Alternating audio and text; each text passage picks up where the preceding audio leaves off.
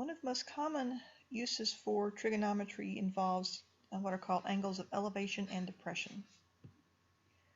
So angles of elevation is an angle formed by the horizontal line and a line of sight to a point above the line. So you're going to be looking up. For some reason on the SAT, this is usually called the angle of inclination. An angle of depression is an angle formed from a horizontal line to a line of sight below the line, so you're looking down. And again, on SAT, they call this the angle of declination. And the reason these two angles are related is because these horizontal lines, all horizontal lines are parallel. So what is an angle of elevation going this way is the same as the angle of elevation going this way, right? Elevation and depression this way. And so the way that you identify whether you're talking about elevation or depression is, again, are you looking up or are you looking down? So just as kind of a check here, you want to identify whether these angles are at elevation or depression. Well, angle 1, okay, we have our horizontal line moving down from that, so this is going to be a depression. Angle 2, here's our horizontal line, so the angle's above the line, so this is going to be an elevation. Then angle 3, again, we have our horizontal line looking down, so this is going to be depression. Angle 4, horizontal line going up, this is going to be elevation. Okay, some examples here.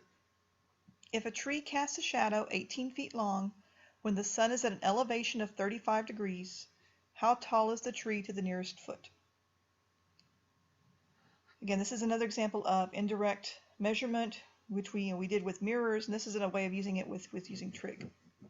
So we've got our tree, which we don't know.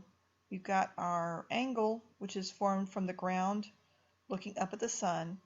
And then we've got our shadow, which is 18 feet long. So this is going to be we have opposite and we have adjacent. This is going to be the tangent ratio. And so we have the tangent of 35 is going to be x over 18. My variable's on top, so I multiply. So 18 times the tangent of 35 is going to be about 13 feet. Okay. Another example. A plane is at an altitude of 3,000 feet and observes the airport at an angle of 27 degrees. What is the horizontal distance between the plane and the airport to the nearest foot? Well, the plane is looking down at the airport, so this is an angle of depression. The angles of depression are probably the trickiest ones for students to do because you've got this angle here, but it's not really inside your triangle. So here's our triangle, there's our angle. Well, what you want to be aware of is that this 27 up here is the same, this angle down here is going to be exactly the same thing because, again, going back to parallel lines, this is an alternate interior angle. So we've got our 27 degrees here, so this becomes the opposite side, and the x, what I'm trying to find, is going to be my adjacent side. So I end up with the tangent of 27 is going to be 3,000 divided by x. X is on the bottom, so I divide. So x is going to be 3,000 divided by the tangent of 27, and so that's going to be 5,888 feet. Okay. Like I said, the hardest part that students seem to have here is with the angle of depression, because they keep wanting to put this angle inside the triangle, and it's not going to work. Now you do have an alternative here, because again, these two angles, the 27 degrees and this angle here, have to add up to 90. So if you really wanted to, you could make this angle here 90 minus 27, which would be, 63 degrees.